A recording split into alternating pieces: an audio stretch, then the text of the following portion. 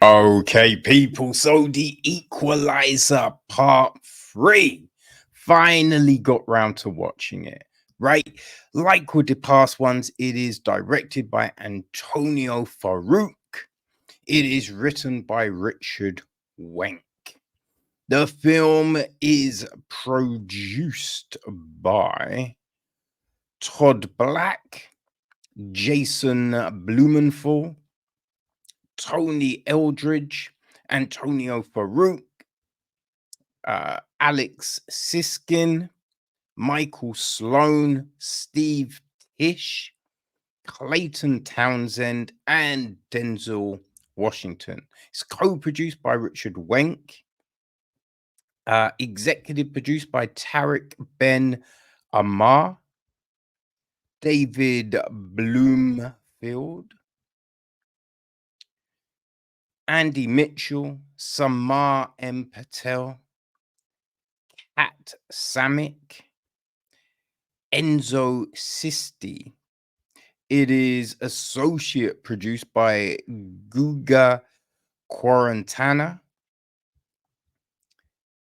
And it is line produced by Vito Colazu. Marcelo Zavos took care of the music. Robert Richardson is on cinematography.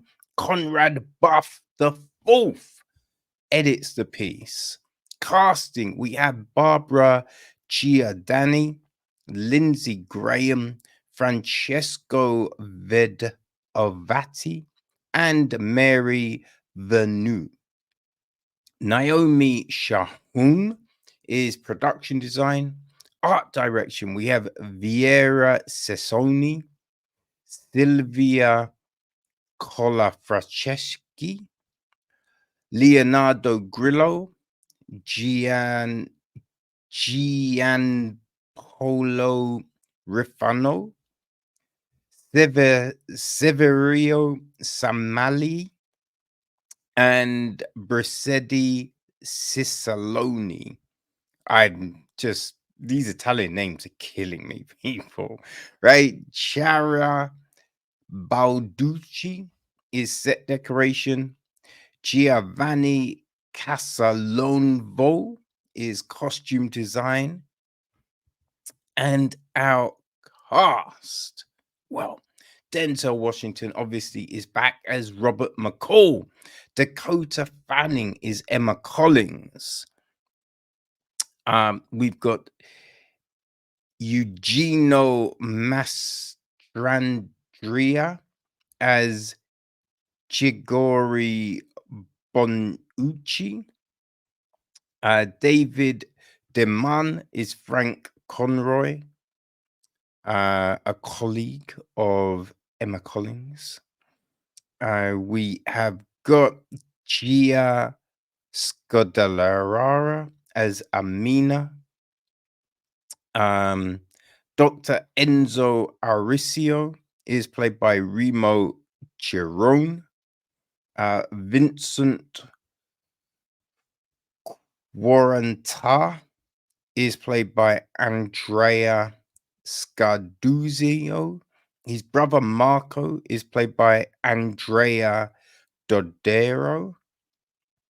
Angelo is played by Danielle Perone. Khalid is played by Zachariah Hamza. Carmela is played by Manuela Tascotti. Gabriella Bonchui, the wife of Chigorio, right? She is. Oh no, that's the daughter. My bad. That's his daughter. She's played by Dia Lanzaro, and his wife, Chiara, is played by Sonia Amara. Okie dokie. Whew, boy, I'm telling you, these names are just killing me.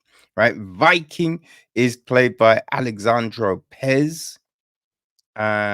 Chef Barella is played by Adolfo Margarota. Um, I mean, that's probably it, right? There's just a load of people in it. There's a load of people. You know what I mean? The gist of the film is this: since giving up his life as a government assassin, Robert McCall has struggled to reconcile the horrific things he's done in the past and finds a strange solace in serving justice on behalf of the oppressed. Finding himself surprisingly at home in southern Italy, he discovers his new friends are under the control of local crime bosses. As events turn deadly, McCall knows what he has to do: become his friend's protector by taking on the mafia. Right? So, man, it's been a while, right? I think part two of the Equalizer dropped in 2018. So, yeah, it's been a while.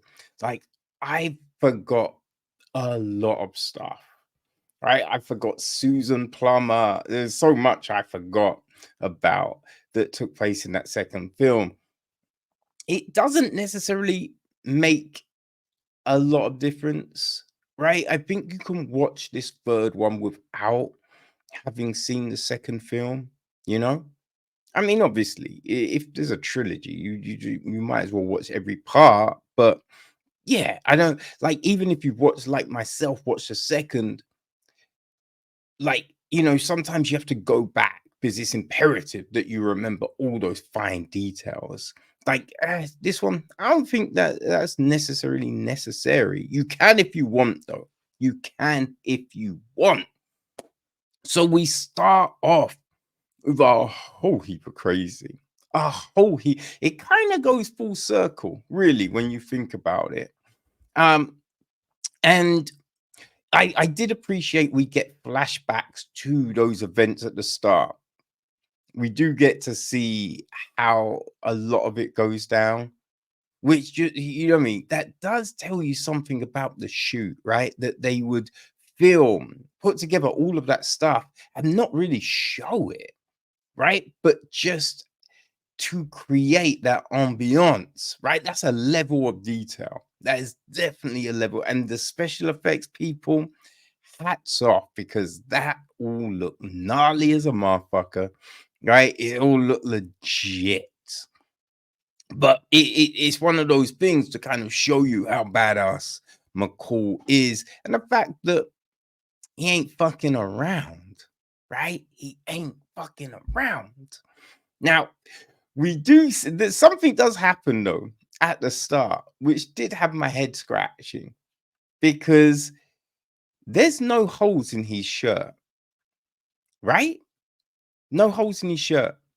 And they have to be the same garms because there's nowhere else he's getting clothes. And we see him get clothes later. So what blow with the shirt, right? There's no holes in the shirt. Now, once you've seen the film, you'll understand what I'm talking about, people. But yeah, I thought that was a bit of a weird one. Now, the film definitely is something that builds up steam. Right? It's slow, which I don't have an issue with, you know? Because I think after everything that goes down, you need that recuperation time. So seeing everything and all of that, makes sense. And it also shows, the relationships that are being built within the community. So that's all fine. It is like, it does feel a little bit like, this, the way everything escalates, right? From what we see at the beginning to then some stuff that's happening locally, and then suddenly it's this bigger, bigger, bigger, bigger thing. That's kind of, it does feel like that kind of comes out of nowhere, right? But the action sequences are very good. Action sequences are very good. You do enjoy them, right? Sometimes it does feel a little too easy, You know what I mean? Does feel a little too easy. And it's a situation at times when it's just like, why wouldn't they take a shot? Right? It's just, you know what I mean? Like, why wouldn't they take a shot? Right? So there is things like that. But I did enjoy it. I did enjoy it, you know? I think I probably, you know, I can't really remember the second one, but I remember thinking it's fine, but I didn't really love it. I think I probably enjoyed this more, right? I think I enjoyed this more. And I think also there were consequences to actions and certain things that happened, like explosion, things like that. So I've appreciated that because we don't always see that in this type of film. So that was good. And it did feel like a good send off from McCall. So, you know, eh, yeah, it's fine. It puts that capstone on the trilogy, on the Denzel Washington Equalizer franchise. So, yeah, all is good.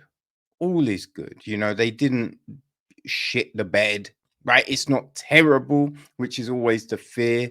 It's not, you know, it's not phenomenal or anything like that, but it's steady.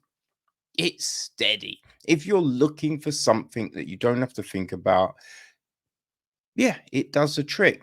The most egregious thing for me with this film is the motherfucking subtitles. Subtitles are fucking atrocious. It took me so long to watch this film because trying to read these fucking subs, right? They're tiny and they're white with no solid background behind them. And a lot of the film, like, it is light. So we've got these white subtitles on a light background. It's fucking difficult. I just I find myself scratching my head at how many times this shit happens. That these people spend all this time making a great film and put no fucking thought into the subtitles. And I don't feel you need to have a bad, you know, bad eyesight to see white subtitles do not work on a fucking light background. It's insanity. This kind of thing is insanity. And I just don't know why it keeps on happening. Why does this shit persist? It's just like, yo, fix up, motherfuckers. Because you're just, I mean, you're ruining your work. You're ruining your work. But apart from that, right? Because that is the worst thing about this film, the fucking subs. Apart from that, this is solid.